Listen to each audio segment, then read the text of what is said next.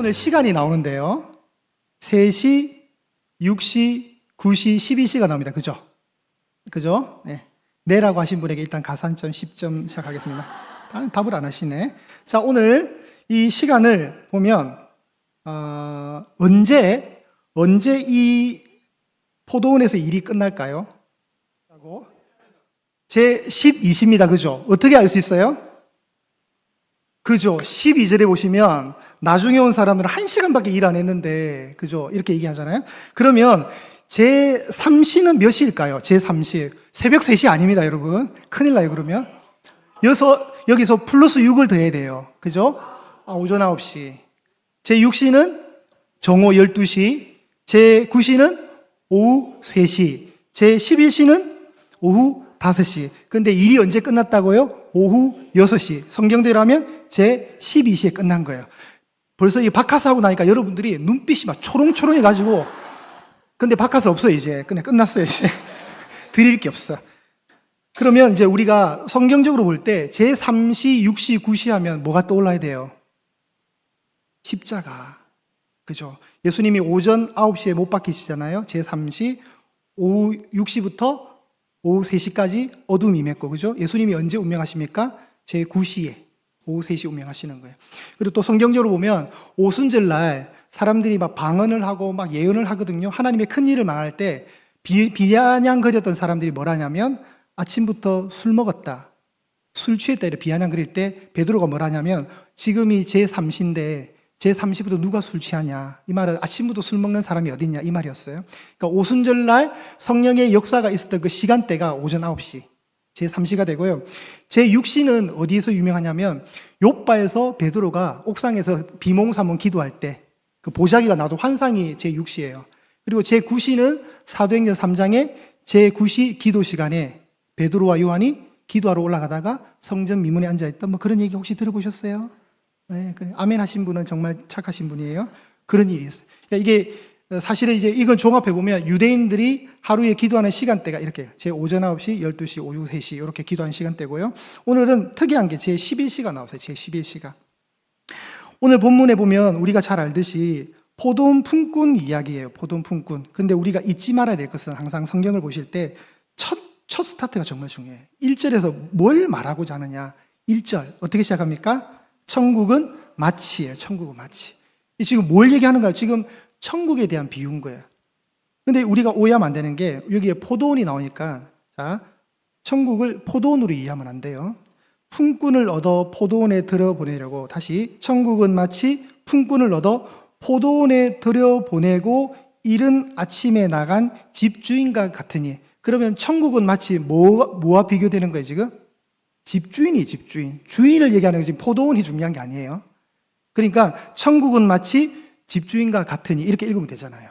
그 사이에 있는 문장 그냥 부수적으로 설명해 주는 문장이에요. 그러니까 포도원에 집중하시면 안 돼요. 주인을 아셔야 돼요. 주인을. 그럼 이 주인은 누구예요? 예수님도 되고 하나님도 되는 거예요. 그죠? 그러니까 이 집주인이 어떤 캐릭터를 가졌느냐, 어떤 성향을 가졌나가 중요합니다. 자, 2절에 보시면 그 집주인이 아마 추수 때였던 것 같아요. 추수 때 일꾼이 많이 필요할 때 일용직 노동자를 구하려고 노동시장에 간 거예요. 그리고 그 사람은 하루 일당을 얼마나 책정합니까? 한 데나리온으로 못을 딱 박습니다. 그 품꾼들과 한 데나리온을 약속하고 포도원으로 계속 들여보내는 거예요. 자, 그래서 3절에 보면 오전 9시에 나가보니까 장터에 서 있는 사람들이 또 있었어요. 그러니까 그 사람들이 뭐라 하죠? 내가 값을 줄 테니까 너희들 들어가라, 포도원에. 좋다고 들어가게 되었습니다. 5절에는요, 또 정오 12시와 오후 3시에도 또 나가서 이와 같이 하는 거예요. 그러면 이게 집주인이 굉장히 지금 일꾼이 많이 필요하다는 걸 알 수 있는 상황이죠. 그런데 이해가 안 되는 건 뭐냐면 6절이에요. 제 11시에도 나가보니. 주인이 바보가 아니잖아요. 그죠? 곧 1시간 뒤면 끝날 건데 굳이 오후 5시 나가서 일꾼을 선별하는 거예요. 선별하는데 이건 손해예요. 왜 제가 이걸 지금 잘 알겠냐면 최근에 저희 교회가 공사를 하잖아요. 우리 일하시는 분들이 한 7시 되면 오셔요. 한 7시, 8시. 그리고 오후 4시나 5시에 땡 하고 가시거든요. 근데 교회는 어쨌든 이 공사를 주최하니까 만약에 우리가 오후 5시에 일용직 시장에 가가지고 사람 구이면 그 바보 같은 짓 아니겠어요? 1시간만 하고 우리가 그 일당을 줘야 되는데, 또 일당 하니까 격결로 잠깐 세겠습니다. 제가 김덕한 집사님께 물어봤죠. 이거 하시는 분들 중에 제일 이게 잘 하시는 분이 누구냐? 어느 분이 제일 이렇게 기술직으로 괜찮으니까 목수래요, 목수. 이 목수분들이 하루에 그렇게 일하시면 한 40에서 50만 원 되는 거예요. 제가 이 말을 왜 하냐면 목수 다 되시라고 하는 거예요, 여러분. 나중에 은퇴하시면. 우리 저기 뒤에 에어컨 지금 이제 공사 때문에 저기 안 맞잖아요, 지금. 옛날 에어컨 틀로 만들어 놨거든요. 드디어 이제 다음 주 수요일인가 쯤에 목수님들이 오신대요. 목수님들이 오시면 이제 제가 옆에서 딱 볼 거예요. 이분들이 얼마나 잘하는가. 근데 되게 목수분들이 되게 보니까 일에 대한 자부심과 성취감이 되게 크시더라고요. 작품을 만들어 놓으면 되게 뿌듯하대요. 그리고 이 강당 공사할 때도 제가 그 노아 방주 때문에 이 안수 집사님하고 좀 대화를 했거든요. 그때 제가 노아 방주를 진짜 노아 가족 8명만 지었을까 이러니까 그때 아마 가능했을 거라 그러더라고요. 목사하시는 분이. 오, 그래요 하고 이제 그때 안수 집사 했던 말이 이 일을 하면 너무 뿌듯하대요. 이게 딱 자기네들이 다 만들어 놓고 볼 때 뿌듯한 마음이 든대요. 되게. 그래서 저보고 목수 이렇게 하라고. 나중에 은퇴하면 목수 이렇게 하라고. 자, 이런 일용직 노동시장은 예민했습니다. 한 데나리오를 약속하고 이제 오후 3시에도 나가고 오후 5시에도 나갔어요. 이 상황은 지금 굉장히 어때요? 비상식적인 상황이에요. 이건 정상적인 상황이 아니에요. 제가 말씀드리고 싶었던 건 그거였어요. 자, 너희들은 어찌하여 종일 놀고 있냐고 오후 5시에 만났던 그 사람들에게 주인이 물으니까 이 결정적인 말이 뭐냐면 7절이에요. 7절은 합독할게요. 시작. 이르되 우리를 품꾼으로 쓰는 이가 없음이니이다. 네. 왜 여기 있니? 이러니까 뭐라 그러죠? 우리를 쓰는 사람이 없습니다. 그래? 그러면 너희들도 포돈 들어가. 하는 거죠. 그리고 이제 때가 되었습니다. 8절. 저물었습니다. 이제 저녁이 되니까 해가 떨어지기 시작하고 어두워지려고 합니다. 일이 종료가 된 거예요. 월급을 줘야 됩니까? 월급이 아니죠. 하루 일당을 줘야 되겠죠. 그런데 이 하루 일당 주는 것을 우리가 율법에서 발견해야 돼요. 율법에서. 신명기 24장이 있습니다. 왜 저물 때의 주인은 이렇게 일당을 줘야 되는가? 그것은 율법이 그렇게 말하기 때문에 그렇습니다. 신명기 24장 14절 15절인데 찾으셨나요? 예, 제가 일단 14절을 먼저 읽을게요. 곤궁하고 비난한 품꾼은 너희 형제든지 내 땅 성문 안에 우고하는 객이든지 그를 학대하지 말며 15절 합독 시작. 그 품삯을 당일에 주고 해진 후까지 미루지 말라. 이는 그가 가난함으로 그 품삯을 간절히 바람이라. 그가 너를 여호와께 호소하지 않게 하라. 그렇지 않으면 그것이 내게 죄가 될 것입니다. 아멘. 613가지의 율법 중에 한 항목이에요, 이게. 어떻게 대우해야 합니까? 빈궁한 품꾼을 유대인이든지 그 성 안에 우거하는 객이든지 함부로 학대하지 말고 일당은 바로 그날 당일에 주어라는 거예요. 미루지 말라는 거예요. 내일 줄게 하지 말라는 거예요. 그 사람은 가난하기 때문에 그 하루 품삯이 소중하다는 거예요. 그게 있어야 가족이 먹고 살 수 있다는 거예요. 그런데 주지 않고 내일 줄게, 내일 줄게, 마치 그 외국인 노동자들 그 나쁜 사장님 나빠요. 그거 아시죠? 옛날에 개그 프로그램. 사장님 나빠요. 이런 되면 그들이 억울함을 누구한테 호소한단 말이에요? 하나님께. 하나님 일당을 안 줍니다. 어떻게 해야 되면? 그러면 주지 않으면 그 죄가 그 나쁜 사장한테 간다는 거예요.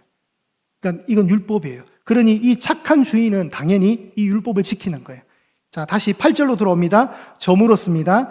자, 포도원 주인이 자기 청지기에 똑똑하다는 건 상관없죠. 자기 청지기를 보내서 품꾼들 다 불러오라는 거예요. 다 불러오는데 어떻게 일당을 지급하냐면 나중에 오후 5시에 와서 1시간밖에 일하지 아니한 사람부터 한 데나리오씩을 주는 거예요. 이렇게 받는 거예요.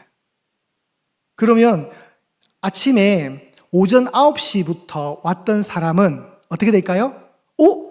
한 데나리온 주네? 저 사람 1시간밖에 일 안 했는데? 근데 그 사람은 어떤 생각이 들어요?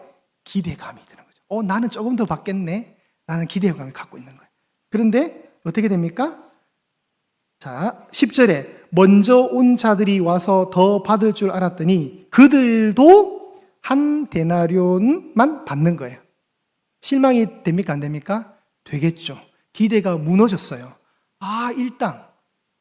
일당을 더 줄 줄 알았는데 그냥 똑같은 거예요. 매우 실망합니다.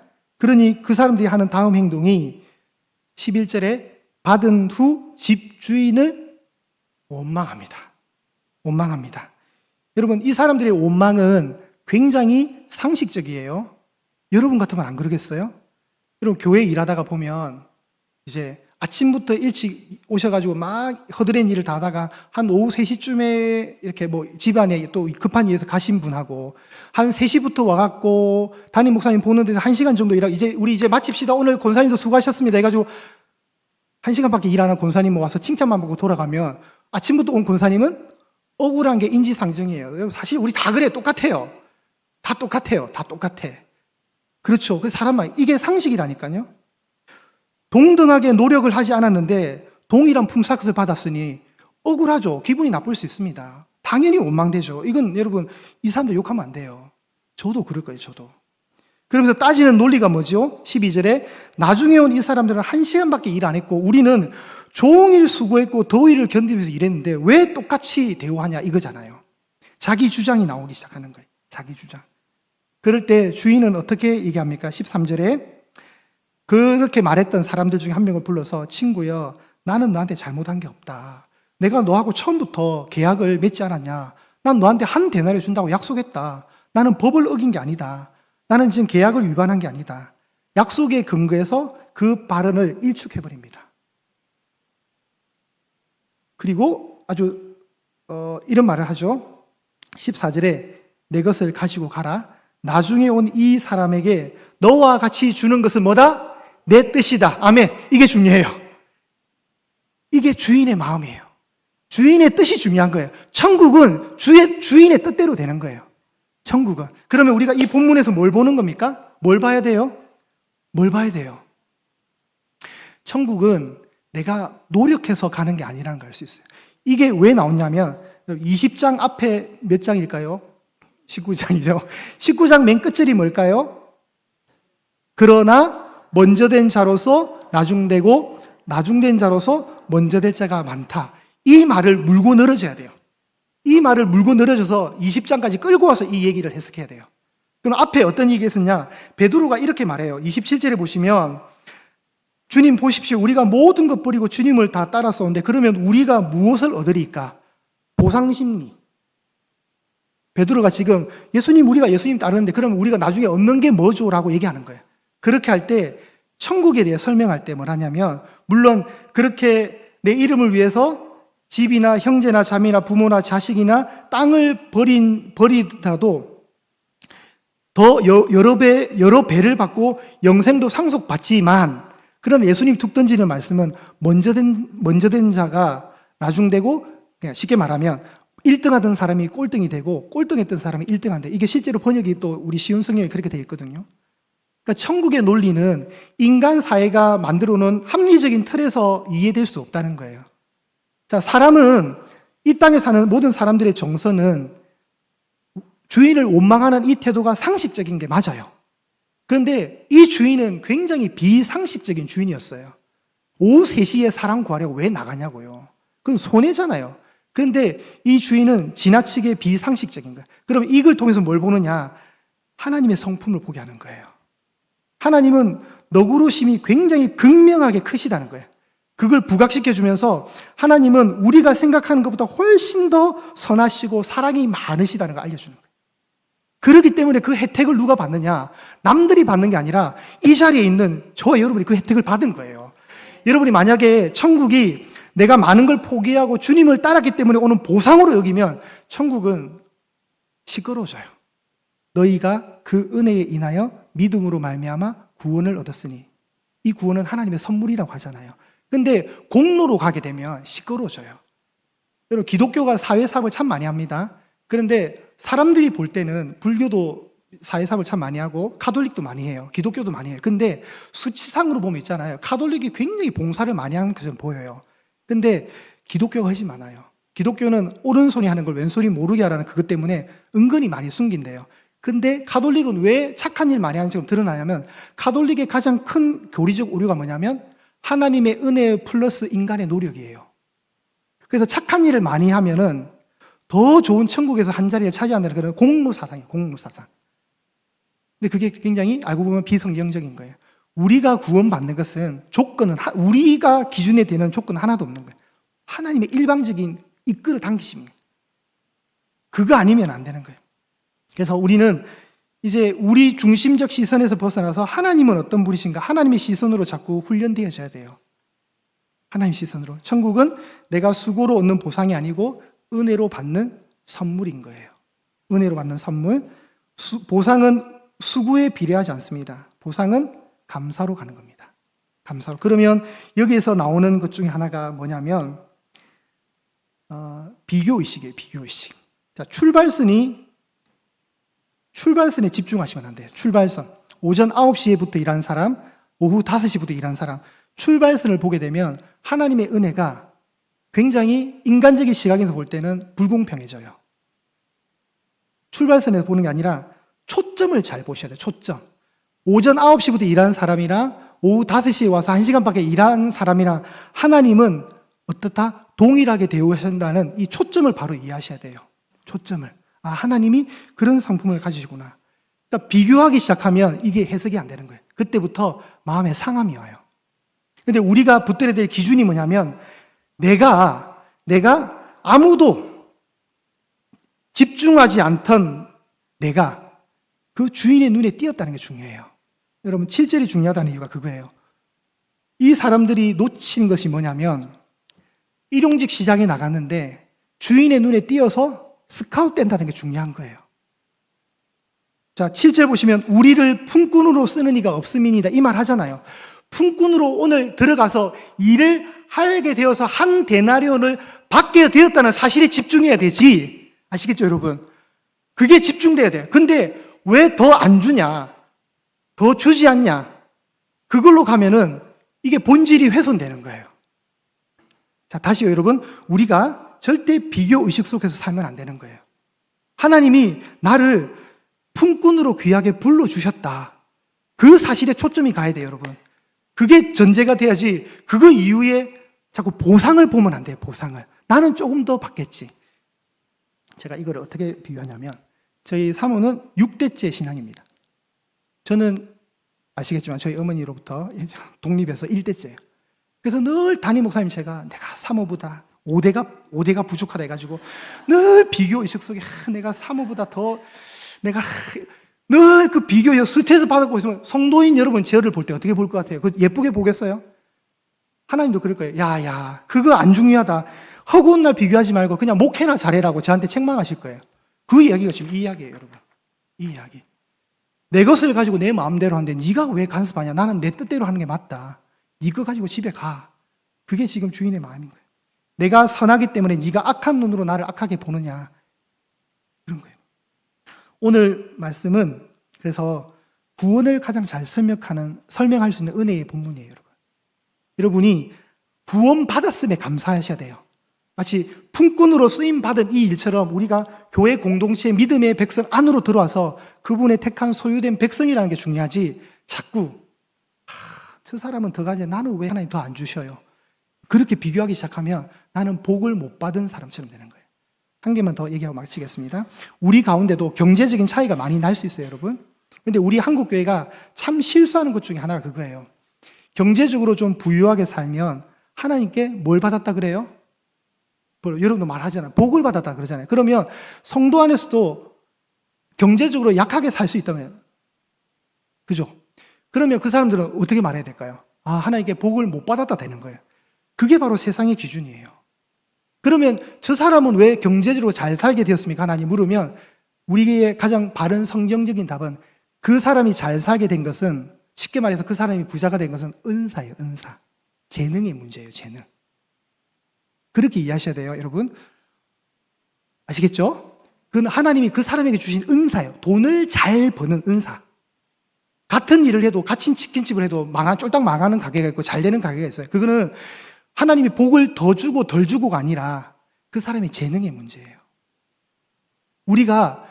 제가 봐도, 저는 부자 될 그런 사람은 아니거든요, 제가 봐도. 왜냐면 저는 그런 은사를 못 받았어요.